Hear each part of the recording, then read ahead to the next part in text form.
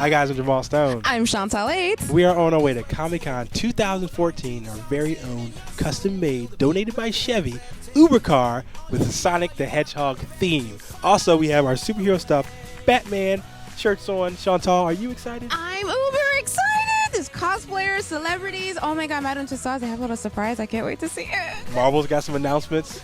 You're going to see a whole bunch of panels. I'm excited. I can't wait. You ready to go inside? I think it's going to be uber awesome. Let's go. Let's go.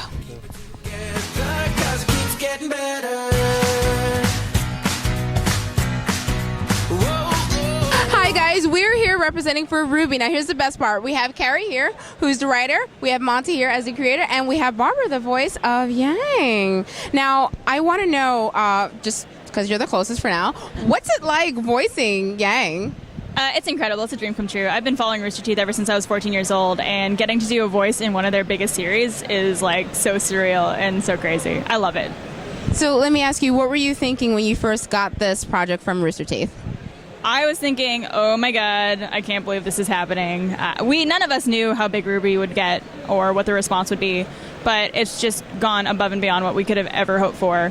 And getting to be a main character in that show has been like overwhelming. It sounds like it's very, very exciting. I know I would definitely love to be in an anime. What I want to know for the creative writer is, how did you guys come up with this concept? It was a June where I was like half asleep and I was like, red. But I've had ideas for things I wanted to do in a show for years, and then when it came to actually like putting it together in a piece, I've had ideas for sniper rifle sights and shotgun gauntlets and shotgun nunchucks. But then when it finally came to having a cohesive name to kind of tie it all together, I started putting them in one piece. And this was all during the crunch of the previous season, the season 10 of Red vs. Blue. So putting it all together, I started working on like a test piece, which became the Red trailer. And when I showed it to Bernie and Matt, they were like, "That's cool, let's do it." And I'm like, "Oh, cool." And then we did it.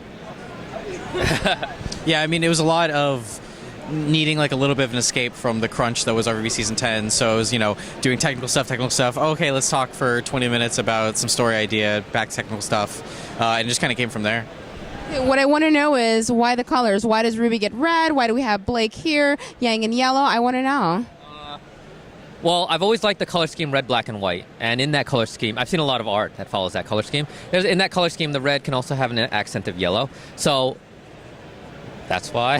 And then I was also able to find up a name that matched up with each color and like a sub-name where it's like they could have been named red, white, black, and yellow, or I found like versions and I like scoured the internet. So like RWBY is also a version of red, and Weiss is German for white, and Blake is a version of black, and Yang is Chinese for sun, which means yellow. So those are the rules that was set forth, and we just went forward with that, and then we continue with that. It's like a at times it looms over us when we're trying to come up with more things, and we're like, I want to have a character and I have to have this name, and we're like, does it fit? No. And we kind of like sometimes we shoot ourselves in the foot, but we find a way to make it work.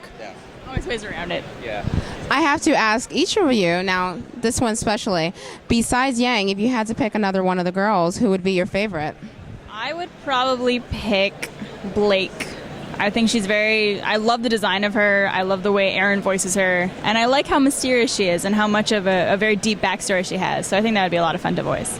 Out of the four main girls, I would go with Yang. I'm currently making a scene with her, and she's doing awesome things.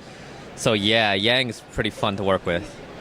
I'd go with RWBY probably. I just like her energy a lot, and I mean, it's RWBY. Yeah. No, that's fair enough.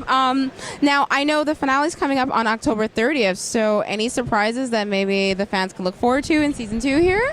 There are surprises they won't see coming. Yeah. Or maybe they will if they have some sort of fortune teller abilities. Yeah, there are actually some stuff that comes like into like the last two episodes, which kind of like throw a curveball at our fans. Yeah. So anything that maybe the fans could be looking forward to in maybe Season 3? Yes. I mean, there's like the tournament, which we've been talking about since Season 1, was something we wanted to do since Season 1. Yeah. A lot of that. We like tournaments. Yeah. Yeah. Don't worry, I'm a fan of tournaments myself. You know what? I think I actually like this concept, and I want to know one really important question. Considering the fact that when you put the trailer out, people loved it so much that they were cosplaying it before you even got the chance to put everything out. What was that rush even like?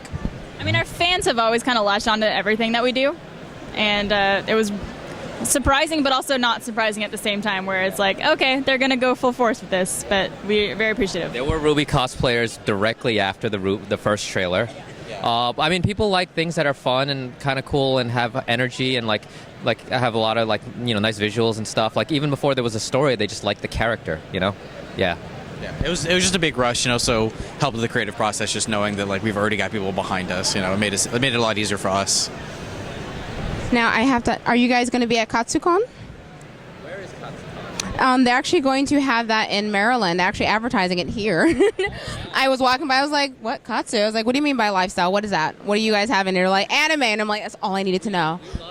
We love going to cons, especially because we monitoring social media. We'll say, oh, this con's going on, and there's RWBY cosplayers. There have been many cons we haven't gone to where there's a ton of RWBY. There have been cons we haven't gone to where there'll be a RWBY panel.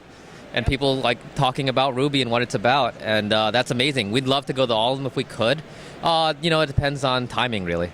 Yeah. It depends on timing. We also have to make the shows that everybody likes, so it's we can't go to every single con, unfortunately. Very true.